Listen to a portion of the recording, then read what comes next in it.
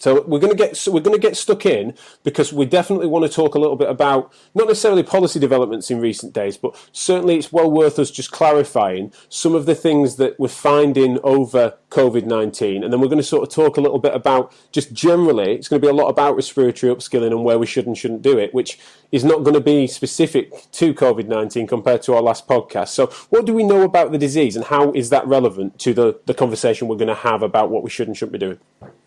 So as we touched on in the first podcast, we talked a little bit about how this virus is manifested and what it's doing. So it's a virus that attacks the airway cells and in varying forms. So we mentioned about 81% of people will have very mild or no symptoms. So some people won't even know really they've contracted the virus at all. Some people will just feel a bit fluey. Some people will feel really, really rubbish, but will be managed at home.